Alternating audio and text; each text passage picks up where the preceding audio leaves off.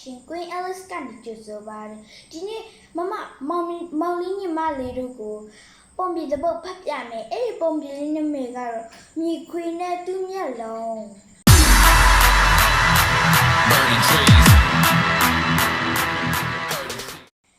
မြေခွေနဲ့သူ့မျက်လုံးဦးမြေခွေကြီးဟာလမ်းလျှောက်ရလွန်းလို့မောနေပြီတနေ့လုံးလမ်းလျှောက်လာတာမို့သူနားချင်နေပြီသူ့ကိုဘယ်သူကမှအန်ဒီရင်မပေးနိုင်မဲ့စိတ်ချရတဲ့နေရာလေးများရောက်ရင်တော့ခဏလောက်သူအိတ်ချင်တယ်ဒါကြောင့်ဦးမြေခွေကြီးဟာဘေးနားမှာအိမ်ရင်ကောင်းမလဲလို့တွေးပြီးဟိုကြည့်လိုက်ကြည့်လိုက်နဲ့အိမ်မက်နေရာကိုလိုက်ရှာနေတော့တယ်ဟာလို့ဦးမြေခွေကြီးပါဇက်ကအတန်တော်ထွက်သွားမိတယ်ဘယ်လိုလဲဆိုတော့တိတ်လာတဲ့တောတောင်ကြားထဲမှာအပင်အကြီးကြီးတစ်ပင်ကိုသူတွေးလိုက်ရတာကိုဟာအပင်ကြီးကအကြီးပါလားဟေးတဲ့ဒီတစ်ပင်ကြီးထဲမှာတဲ့အိလိုက်ရလို့တော့ကွာတဲ့ဘယ်သူကမှလာပြီးငါ့ကိုအန်တီရေမပြနိုင်တော့ဘူးတဲ့ဇိမ်ပဲလို့ဦးမြေခွေကြီးကတဲ့တွေးမိလိုက်တယ်တဲ့အဲ့ဒါနဲ့ဦးမြေခွေကြီးကတစ်ပင်ကြီးစီကိုတွားတော့တာပေါ့တဲ့ဦးတစ်ပင်ကြီးရေတဲ့ခပြားကိုထဲမှာတဲ့ကျွန်တော်တဲ့ခဏဝင်အိလို့ရမလားခင်ဗျားတဲ့ကျွန်တော်တဲ့တအားပင်ပဲလို့ပြီးတော့တဲ့အိတ်ချင်လို့တဲ့ခပြားရက်ကိုထဲမှာကျွန်တော်ခဏလေးအိပ်ပြစီနော်တဲ့လို့ခွင့်တောင်းလိုက်တယ်တဲ့ဦးမြေခွေကြီးကတဲ့အဲ့ဒီလိုလဲပြောရောတစ်ပင်ကြီးကတဲ့သူတစ်ပင်ကိုလုံးအကြီးကိုတဲ့ဦးမြေခွေကြီးဝင်အိမ်လို့ရအောင်နဲ့နှချမ်းပေးလိုက်တော့တာဗောတဲ့ဦးမြေခွေကြီးလဲတဲ့တစ်ပင်ကြီးထဲဝင်သွားရောတဲ့တစ်ပင်ကြီးလဲတဲ့သူတစ်ပင်ကိုလုံးကိုတဲ့ပြက်ပေးလိုက်တော့တာဗောတဲ့ဦးမြေခွေကြီးလဲတဲ့တစ်ပင်ကြီးထဲမှာအကြာကြီးအိပ်ပျော်သွားတော့တယ်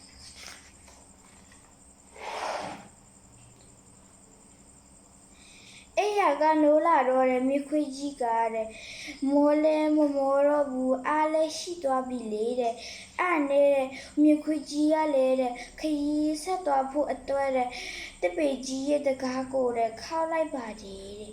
တစ်ပေကြီးတဲ့ကျွန်တော်ကိုတဲ့တကားလေးဖွင့်ပေးပါအောင်ပြတဲ့တစ်ပေကြီးကိုကျေးဇူးတင်ပါတယ်ကျွန်တော်ခရီးဆက်သွားဖို့တကားလေးဖွင့်ပေးပါအောင်နော်ဒါပေမဲ့တဲ့တစ်ပင်ကြီးကတဲ့တဆက်ကလေးတောင်လည်းလုံးမရှားပါဘူးတဲ့ဦးမြေခွေကြီးဟာတဲ့တစ်ပင်ကြီးမကြလို့ထင်ပြီးအသက်အကျဉ်းနဲ့ထပ်អော်လိုက်ပါရဲ့တစ်ပင်ကြီးတဲ့ကျွန်တော်ကိုတဲ့တကားဖွင့်ပေးပါအောင်ပြတဲ့တစ်ပင်ကြီးကိုကျေးဇူးတင်ပါတယ်တဲ့ကျွန်တော်ခရီးဆက်သွားဖို့တကားလေးဖွင့်ပေးပါအောင်နော်ဦးမြေခွေကြီးကတာတဲ့အတန်ကျေလာပါတယ်တစ်ပေကြီးကလည်းနည်းမှမလုပ်ပါဘူးတဲ့ဦးမြေခွေကြီးဟာတဲ့တစ်ပင်ထဲကနေတဲ့သူထွက်လို့မရတော့မာကိုရတွေးပြီးကြောက်လာပါရဲ့တဲ့ကြောက်နေပဲအတန်မြင့်ပြီးတော့သူထအော်ပါတယ်တဲ့တစ်ပေကြီးတဲ့ကျွန်တော်ကိုတဲ့တကားဖွင့်ပေးပါအောင်ပြတဲ့တစ်ပေကြီးကိုကျေးဇူးတင်ပါတယ်တဲ့ကျွန်တော်ခရီးဆက်သွားဖို့တဲ့တကားလေးဖွင့်ပေးပါအောင်နော်တဲ့တစ်ပေကြီးတဲ့ကျွန်တော်ကိုတကားဖွင့်ပေးပါအောင်ပြတဲ့တစ်ပေကြီးကိုကျေးဇူးတင်ပါတယ်တဲ့ကျွန်တော်ခရီးဆက်သွားဖို့တကားလေးဖွင့်ပေးပါအောင်နော်လို့အတန်တွေတုံးပြီးကြောက်နဲ့အကျယ်ကြီးអော်ပါတော့တယ်ဒါပေမဲ့တစ်ပေကြီးကတော့လုံးဝမလုပ်ပါဘူးတဲ့နည်းနည်းလေးတောင်မှလုံးမလာဘူးတဲ့လုံးမလာပါဘူးတဲ့ဦးမြေခွေကြီးဟာတဲ့ကြောက်လို့တဲ့ငူတော့တာပဲတဲ့ဘာဖြစ်လို့လဲဆိုရင်တစ်ပေကြီးရဲ့နားတွေကတဲ့အပြင်မှာတဲ့မိုးလို့တဲ့မြေခွေကြီး ဘာဖြစ်လို့လဲဆိုတော့တပည့်ကြီးရဲ့နားတွေကအပြင်မှာမိုးလို့မိခွေးကြီးအထက်ကနေအော်နေတာကိုမကြားနိုင်တော့တာတဲ့မကြားနိုင်တာတဲ့အဲ့ဒီအချိန်မှာတပည့်ရဲ့အပြင်ကနေတတောက်ဆိုတဲ့အသက်ကိုသူကြားလိုက်ရတယ်တဲ့ဒီလိုတတောက်ဆိုတဲ့အသက်ကိုအတန်နဲ့အတူမြေခွေကြီးရေမကြပါနဲ့တော့ကျမကမတ်တတောင်းညက်ပါတဲ့ဦးမြေခွေကြီးကိုထွက်လို့ရအောင်ကျမကူညီပေးမယ်တဲ့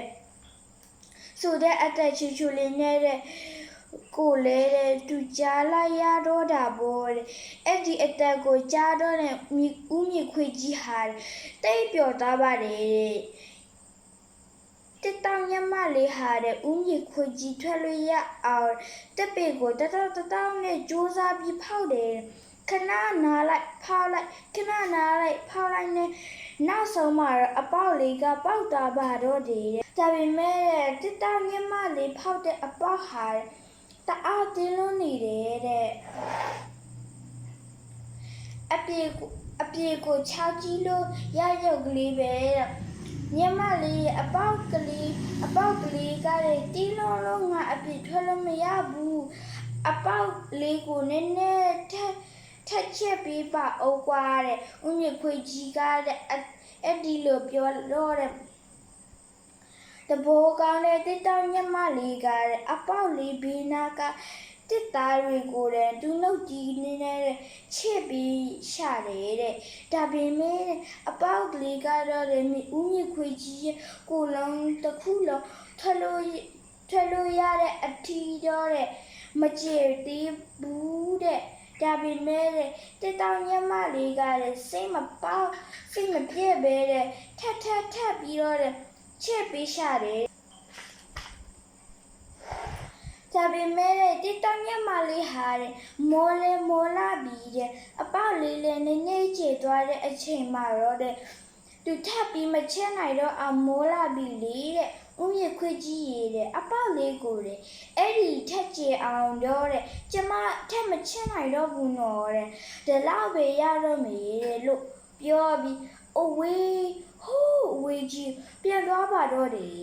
ဦးမြေခွေကြီးဟာတစ်တောင်ညမလေးဖောက်ပြီးခဲ့တဲ့အပေါက်ထေကနေထွက်ကြီးဖို့လက်ကိုထောက်လိုက်တယ်သူလက်တစ်ဖက်နဲ့အပေါက်ကဖိသွားတာမို့လို့နောက်တစ်ဖက်ကို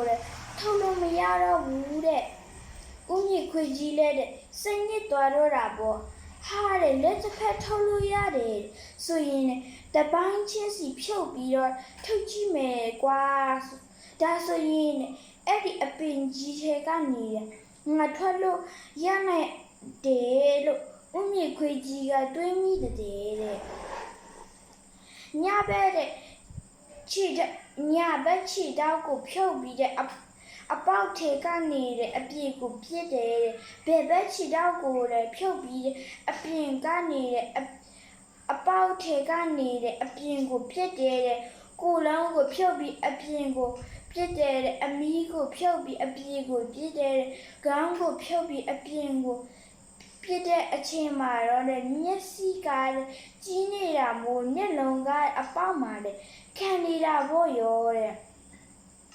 ခံနေပါရောအဲ့ဒီမြေခွေးကြီးကမျက်လုံးကိုထောက်ပြီးတော့အပေါက်ထဲကနေအရင်ပြစ်ချလိုက်တယ်ပြီးမှခေါင်းကိုပြစ်လိုက်တာပေါ့ပြီးတော့မှခေါင်းကိုပြစ်လိုက်တာပေါ့မြေခွေးကြီးကမျက်လုံးကိုအပြင်ဘက်ပြစ်လိုက်တဲ့အချိန်မှာတစ်ပင်ပေါ်မှာထိုင်နေတဲ့အသားမဲနဲ့ဒေါ်ကြီးကန်းကြီးကမြေခွေးကြီးမျက်လုံးကိုမြင်သွားတော့တာပဲဟာလာလိုက်တာအိမ်မှာယူသွားပြီးအိမ်ရံမှာချိတ်ထားလိုက်ရင်ငါအိမ်လေးကတအားလာတော့မှာဘယ်လို့ဒေါ်ကြီးကန်းကြီးကတွေးမိတဲ့ဒါနဲ့ဒေါ်ကြီးကန်းကြီးကဦးမြေခွေကြီးရဲ့မျက်လုံးနှစ်ဖက်ကို ဘယ်သူမှမမြင်ခင်မှာတဲ့အမြန်ယူပြီးထွက်ပြေးသွားပါတော့တယ်တဲ့ဦးမြင့်ခွေကြီးကနောက်ဆုံးကြံတဲ့လက်နှစ်ဖက်ကိုအပေါက်ကနေအပြင်ကိုပြစ်ပြီးတော့သူ့ခေါင်းအပြင်ကိုထွက်လာတယ်တဲ့အပြင်ရောက်တော့သူပြစ်ချထားတဲ့ဟာတွေတခုချင်းစီလိုက်ကောက်ပြီးတက်တော့တာဘောတဲ့ကောင်းကိုတက်ပြီးတော့မျက်စိကိုတက်မယ်လေလို့ရောမျက်စိကိုရှာလို့မတွေ့ဘူးတဲ့ဒါနဲ့သူမျက်စိပဲရောက်သွားလဲဆိုတော့ဒီဖို့မျက်စိရဲ့အတန်လေးများဘယ်နာကနေကြားရမလဲလို့သူလိုက်နာထောင်ပါတော့တယ်ဒါပေမဲ့အနာဝန်းကျင်ကနေတခြားအတန်တွေကိုသာသူကြားရနေတယ်မျက်စိအတန်ကိုတော့သူလုံးဝမကြားရတော့ပါဘူးတဲ့မျက်စိလေးကိုများတွေ့မလားလို့ခြေတောင်းနဲ့သူလိုက်စမ်းနေတဲ့လဲနဲ့သူလိုက်စမ်းနေတဲ့ဒါပေမဲ့မျက်စိကိုတော့လုံးဝမတွေ့ရတော့ပါဘူးတဲ့ဦးမြင့်ခွေကြီးဟာမျက်စိကိုလုံးဝရှာလို့မတွေ့ဘူးဆိုတော့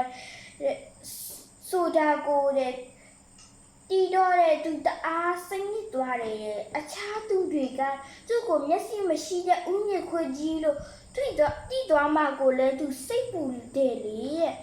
ဒါနဲ့သူနှက်ခေါင်းနဲ့အနံ့ခန့်ကြီးတော့နင်းစီပန်းနှံ့တွေကိုသူရတယ်တေချပြီးဒီဆိုအနာတေချပြီးဒါဆိုအနာမှာနင်းစီပန်းခင်ကြီးရှိနေပြီပေါ့ဦးမြင့်ခွေကြီးဟာနင်းစီပွင့်ဖက်လေးနှစ်ဖက်ကိုယူပြီးတော့သူမျက်စိမှာကက်လိုက်တယ်တဲ့မြင့်ခွေကြီးနင်းစီပွင့်လေးကက်လိုက်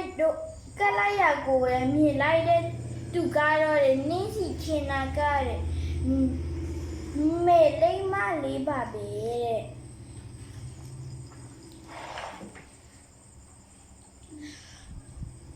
ဦးလေးမြင့်ခွေကြီးတဲ့ဘာလို့မျက်စိထဲကိုနင်းစီပွင့်ဖက်တွေထင်းနေရတာတုံးလို့မေးလိုက်တဲ့ဦးမြင့်ခွေကြီးကငါမျက်လုံးကမလဘူးလေနင်းစီပွင့်ဖက်လေးကတအားလာတော့ငါမျက်လုံးကိုထုတ်ပြီးနင်းစီပွင့်ဖက်ကိုထေးလာလို့ဖြေလိုက်တာဗောအဲ့ဒီမှာအလားကျရဲ့လိမ့်မလေးဟာချက်ချင်းပဲသူ့မျက်လုံးကိုထုတ်ပြီးနင်းစီပွင့်ဖက်ကိုမျက်လုံးထဲထည့်လိုက်တယ်လိမ့်မလေးမျက်စိတွေထုတ်လိုက်ရော